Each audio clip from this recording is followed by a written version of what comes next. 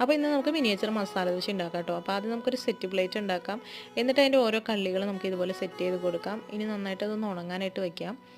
ഇനി നമുക്ക് ദോശ സെറ്റ് ചെയ്യാനായിട്ട് ക്ലേ ഒന്ന് പരത്തി എടുത്തിട്ട് നമുക്കതൊന്ന് റോൾ ചെയ്ത് വെക്കാം. പിന്നെ നമുക്ക് സിലിണ്ടർ ഷേപ്പിൽ ക്ലേ ഒന്ന് ആക്കിയിട്ട് നമുക്കൊരു കോഫി കപ്പ് ഉണ്ടാക്കി കൊടുക്കാം. അതിൻ്റെ മുകൾ വശം ഒന്ന് കുഴിച്ച് കൊടുക്കാം.